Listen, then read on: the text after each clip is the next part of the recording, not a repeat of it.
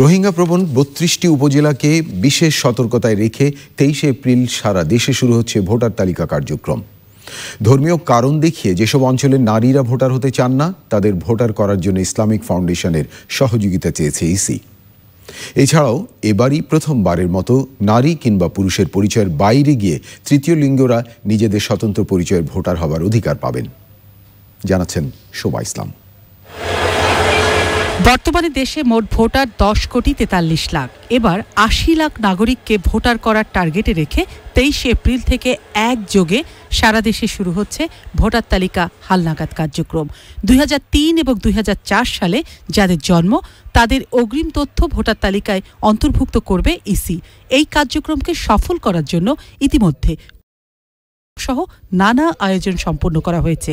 কেউ যেন ভোটার হওয়া থেকে বাদ না পড়ে সে কারণে বিভিন্ন এনজিও প্রতিষ্ঠান দিয়ে নানা ধরনের প্রচারণা সহ মসজিদে মসজিদে খুতবা পাঠেরও ব্যবস্থা রেখেছে ইসি। অনেক মহিলারা ছবি তুলতে চান না এবং এটার ব্যাপারে আমরা ইসলামিক ফাউন্ডেশনকে অনুরোধ করেছি যাতে একটি তাদের মধ্যে প্রচারণামূলক সভা করে যাতে মহিলারা ছবি তুলে, এতে ইসলামের কোনো অসুবিধা হবে না বা ইসলাম পরিপন্থী কোনো কিছু হবে না, এটা এই ধরনের আমরা অনুরোধ করেছি। আর কলেজ, মাদ্রাসা, বিশ্ববিদ্যালয়ে যারা ছাত্রছাত্রী আছে তাদের মধ্যে আগ্রহ সৃষ্টি করার জন্য তারা যাতে ভোটার হয়, এই জন্য আমরা শিক্ষা মন্ত্রণালয় এবং কারিগরি এবং মাদ্রাসা শিক্ষা বোর্ডের যারা কর্মকর্তা এসেছিলেন তাদেরকে আমরা অনুরোধ করেছি।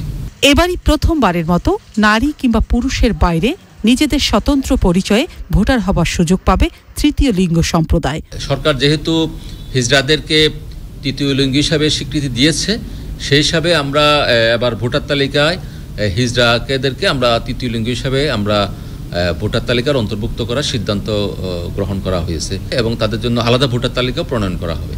রোহিঙ্গা অধ্যুষিত এলাকাগুলোতে বিদেশি পরিচয়ে কেউ যেন ভোটার হতে না পারে সে বিষয়ে সতর্ক নজরদারি বাড়িয়ে ভোটার তালিকা কার্যক্রম সম্পন্ন করাই বড় চ্যালেঞ্জ বলে মনে করছে নির্বাচন commission. Shobha Islam, channel I, Dhaka.